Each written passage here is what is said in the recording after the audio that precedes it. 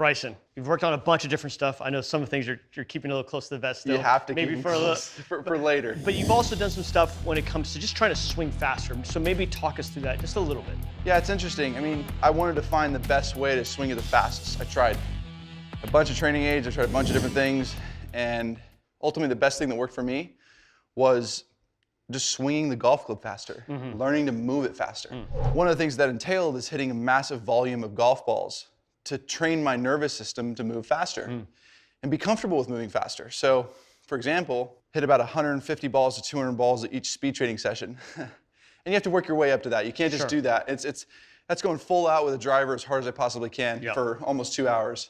And it can be very scary for a lot of people, like, am I going to get injured, all that stuff. But this is where you do a lot of your work also in the gym with Greg Roscoff. Yep, absolutely, with Greg. He is unbelievable, MAT.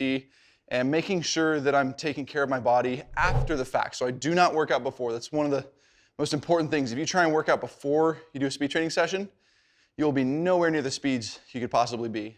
What I do is I speed train, warm myself up slowly, get to my max speeds after 150 balls, 200 balls, and then I'll go work out to fix myself. And so it's always about fixing myself, whatever's feeling a little weird or off, whatever. So from that point, I've learned to do it almost every day. I can actually speed train every day and do a couple-hour session each day. And some days when I'm really trying to push speed, I'll do 2-a-days. But you really have to push these nervous system limits in your body and these governors. And you just got to say, nope, I'm just going to do it. And let that fear wash away and just be comfortable with going, I'm just getting as relaxed as possible and throwing it as hard as I can. Yeah, and I think for people at home who are trying to really increase their club head speed, you have the technique side of it, and then just the intent of saying, hey, look, every day I'm going to try to make some swings and try to really kind of like make them fast. And obviously partner with a trainer or a physical therapist, keep your body healthy, keep it safe, do the right stuff away from the golf course.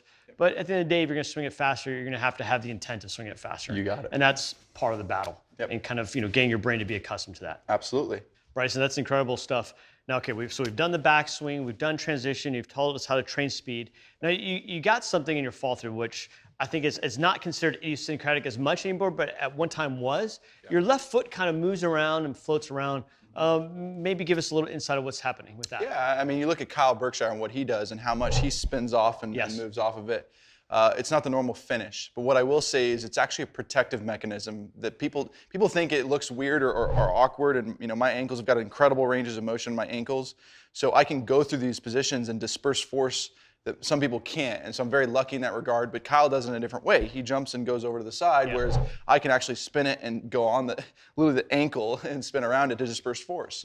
So it's actually a very big protective mechanism. If I was to literally swing it as hard as I physically can and I was to go here, that's putting a lot of... It's a lot of stress on the kneecap, on the ankle joint, everything. And even on the hip joints. So for me, what I do is I actually, just naturally, it came about naturally. It's whatever works for you. I literally would go this way and it would literally spin out and go that way on it. So you guys can see, like, I have weird ankles. I can literally, and I could stand here forever and be totally fine. But regardless if it's this way or just moving, I mean, I have oftentimes a lot of parents come to me with a junior and saying, hey, their left foot, their lead foot is moving around a lot. It's like, don't touch that. It's fine.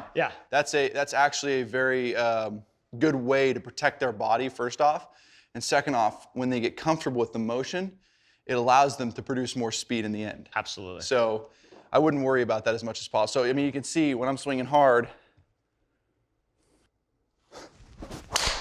and so I can do that, and it's totally fine. I've got no issue with it. People think it's going to be, because what's funny is, like, most of my weight is actually on my right foot as I do it. It's not all the way up over here. Interesting. Even though I can still do it, it's more of I go through it, it goes to the left side, right? And then from that, and then it transfers back to the back foot. And so it looks weird, but it's totally fine. Bryson, super cool stuff. Tons of insight with the longest on the PGA Tour. That was great. Really appreciate it. Thanks, Chris.